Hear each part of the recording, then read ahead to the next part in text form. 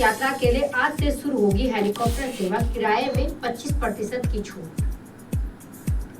निकाय चुनाव के लिए दिल्ली में बनेगी कांग्रेस की रणनीति, केदारनाथ उपचुनाव को बेहतर बनाने की चुनौती।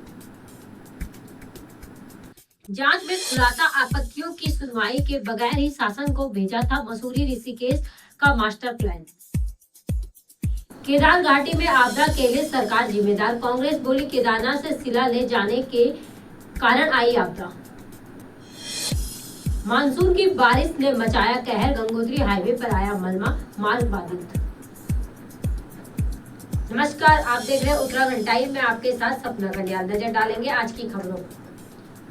मुख्यमंत्री पुष्कर सिंह धामी ने केदार घाटी पहुंचकर अतिवृष्टि प्रभावित क्षेत्रों का हवाई सर्वेक्षण किया। इसके बाद उन्होंने अधिकारियों के साथ समीक्षा बैठक कर हालात पर चर्चा करते हुए जरूरी दिशा निर्देश दिए। मुख्यमंत्री ने कहा कि बुधवार से 25% कम किराए पर हेलीकॉप्टर से केदारनाथ यात्रा शुरू की जाए, साथ ही पैदल यात्रा को जल्द शुरू करने के लिए विशेष ध्यान दिया जाए। उन्होंने कहा है कि हेलीकॉप्टर टिकट में जो छूट दी जाएगी उसका वहन राज्य सरकार करेगी।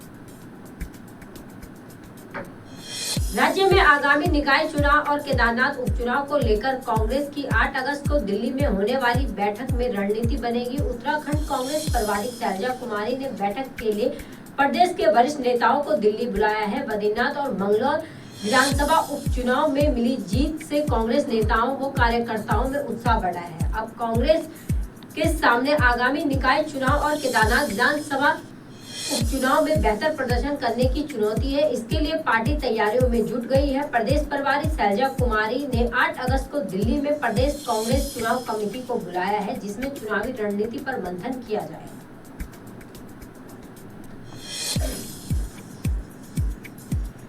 तत्कालीन chief town planner Shashi Mohan Srivastava के ड्राफ्ट मास्टर प्लानों की जांच आगे बढ़ने के साथ ही कई खुलासे होने लगे हैं। जांच में सामने आया है कि शशि मोहन श्रीवास्तव ने मसूरी और ऋषिकेश सहित देहरादून का मास्टर प्लान ड्राफ्ट किया था।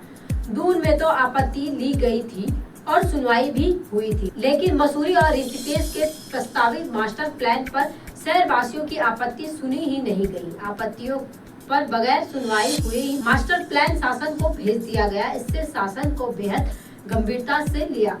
उत्तराखंड में केदारनाथ क्षेत्र में आई आपदा के बाद अभी राहत कार्य चल रहा है, लेकिन उत्तराखंड के नेता आपदा पर भी राजनीति कर रहे हैं। दोनों राष्ट्रीय पार्टी बीजेपी व कांग्रेस केदारनाथ में आई आपदा की वजह एक दूसरे को बता रहे हैं। कांग्रेस ने आपदा का जिम्मेदार सरकार को ठहराया है। बीते बुधवार को उत्तराखंड के केदारनाथ क्षेत्र में बादल फटने से भारी नुकसान हुआ है। स्थिति यह है कि यहाँ 6 दिन से लगातार रेस्क्यू ऑपरेशन चलाकर लोगों को सुरक्षित स्थान पर पहुंचाया जा रहा है। एनडीआरएफ, एसडीआरएफ, पुलिस सहित सेना ने मोर्चा संभाला हुआ है, लेकिन इस बीच उत्तराखंड कांग्रेस प्रदेश अध्यक्ष करण मेहरा ने इस पूरी आपदा का जिम्मेदार बीजेपी को ठहराया है। उन्होंने कहा है कि दिल्ली में केदारनाथ मंदिर निर्माण के लिए शिला ले जाने, केदारनाथ मंदिर के गर्भगृह का कानून तोड़ने और देवी की गुफा का नाम बदलने को केदारनाथ में आपदा का कारण बताया है।